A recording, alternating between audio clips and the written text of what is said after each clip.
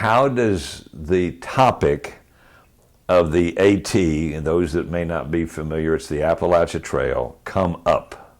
I thought it was just a really cool concept to be able to walk from Georgia to Maine. We like hiking in general, and we've been on a few like overnight weekend backpacking trips like in North Carolina. So I thought that maybe, after doing all of that, we could hike 2,000 miles to Maine. So we've done things like Table Rock and like Paris Mountain in Greenville, but we really like to go to North Carolina, like the Blue Ridge Mountains, Pisgah National Park. Tell me about what the discussion was like in getting ready just to pack the pack. Yeah, so I kind of planned it a whole year in advance, which is a little earlier than what normal people do. But it was a lot of budgeting, like saving up money. We did a lot of research on the gear and decided to go with hammock camping instead of tent camping.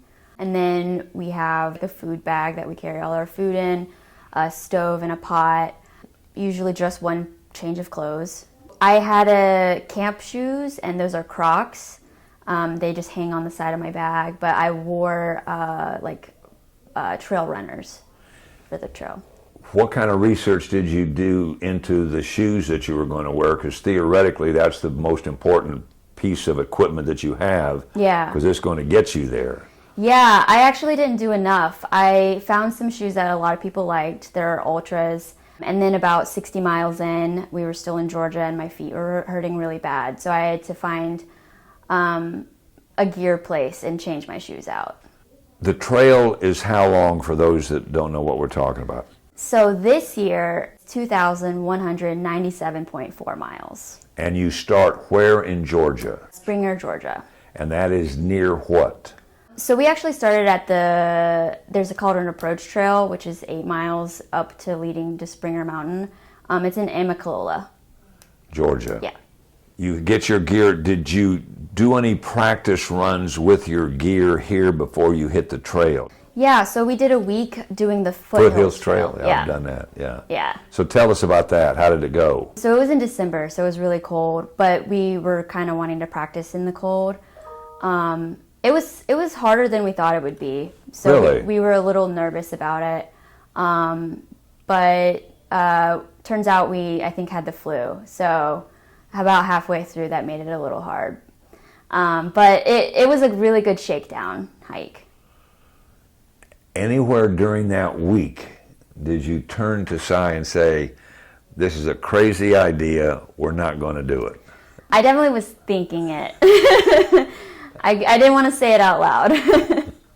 The planning that goes into making this trip involves having packages sent to you with stuff along the way. Mm-hmm. Explain that to our viewers and listeners. Yeah, so I dehydrated some food previously, and I got my mom to, I taught her how to pack it and send it in like mail drop boxes. And so it would be supplemental to whatever we would buy at the grocery store. It was just kind of like some chicken and vegetables just to try to keep it healthy. So the beginning, we were walking more than 10 miles a day. 10 miles a day? Yeah. And do you take a day off? Yeah, we try to take a day off every week, once a week. And what do you spend your time doing on the day off? A lot of it was like cleaning our gear, cleaning the pot, cleaning our water filter, and then just sleeping and resting, and also resupplying food.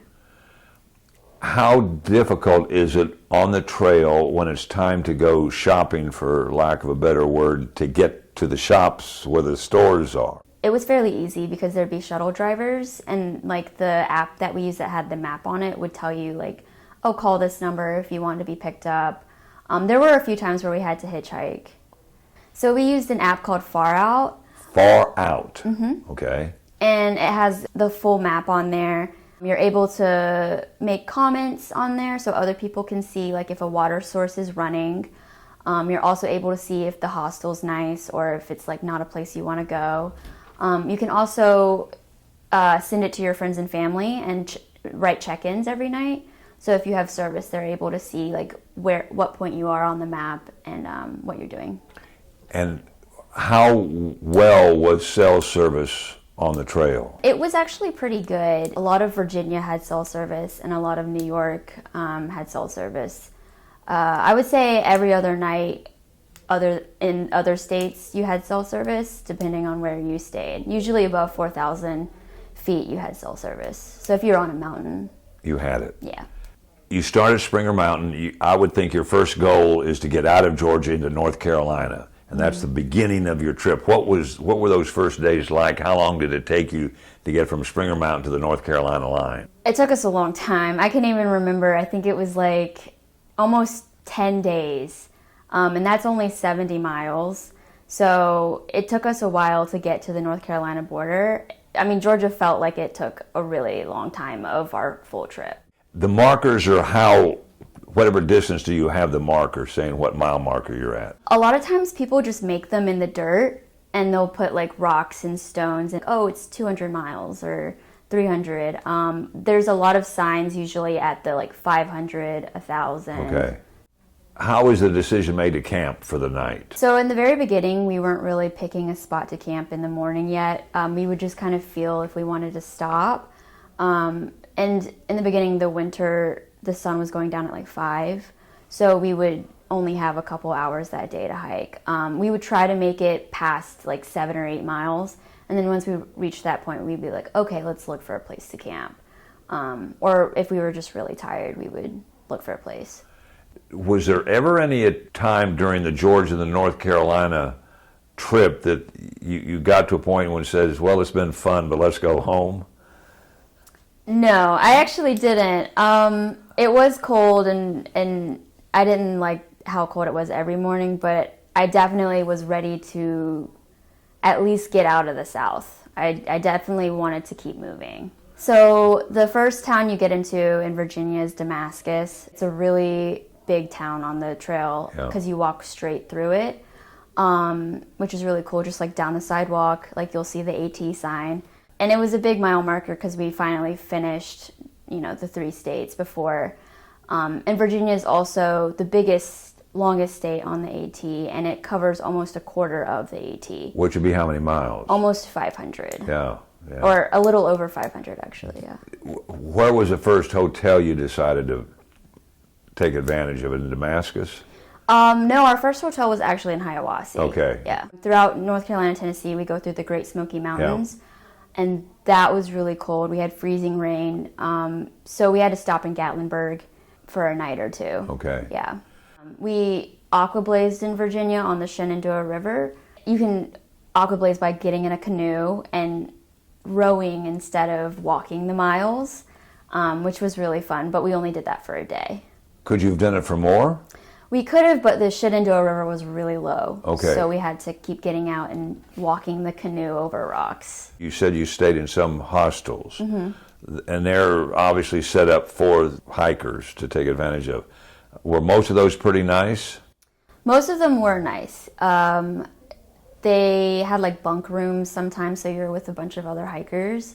Some of them were dirty. Some of them weren't great, but they catered to hikers, so they knew what hikers needed, like as far as cleaning their gear and getting new gear and stuff like that. After Virginia is West Virginia, which is only 2 miles, and then is Maryland, which is about 40, and then Pennsylvania. And there's actually a challenge called the 4-State Challenge, where you try to leave the Virginia border, go through West Virginia, go through Maryland, and reach the Pennsylvania border in 24 hours. That's the challenge. Yeah, it's about 44 miles. And how'd y'all do? We had to stop at 30 miles. We ended up doing it like in the dark, a lot of the later portion in the dark, and that just wasn't a good idea. Yeah. There were snakes out, and it just wasn't fun to do in the dark. So we stopped at like 30.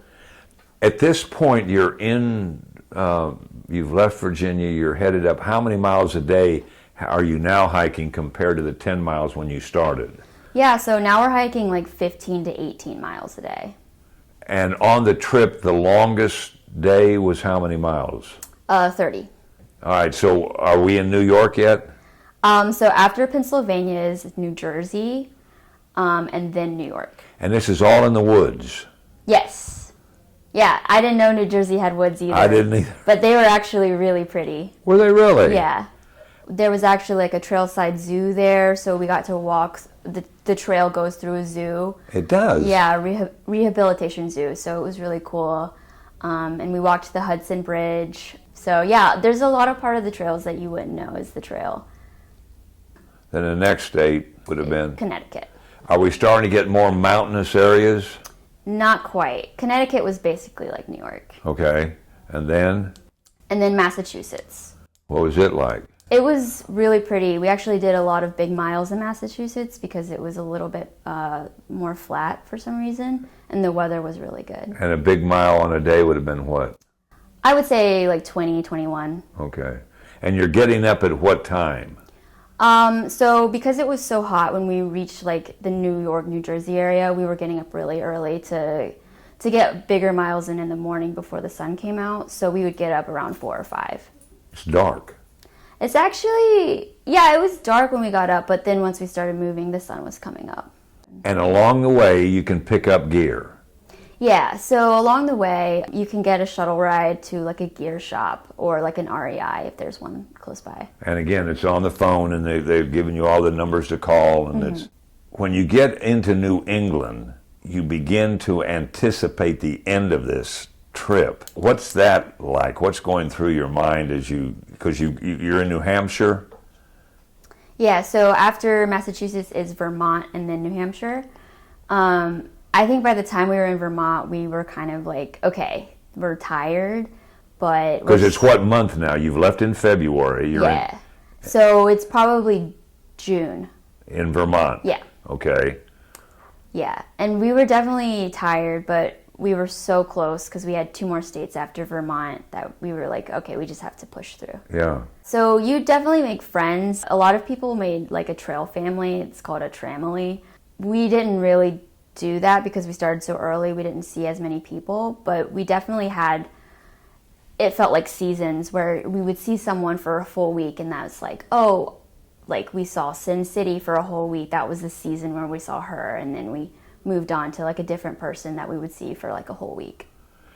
What percentage of the people that were hiking with you in the same direction were going all the way?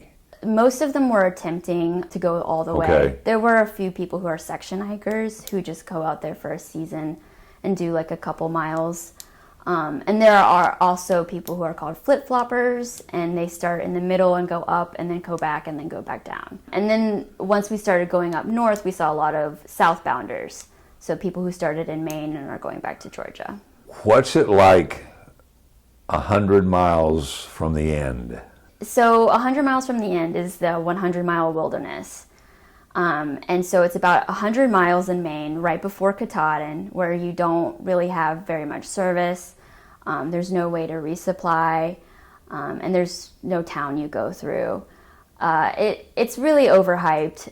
It's definitely easy to get something out there if you needed it.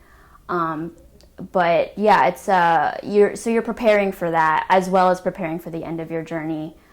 So it was a lot of just stress being at the last 100 miles because you had to prepare for a bunch of things.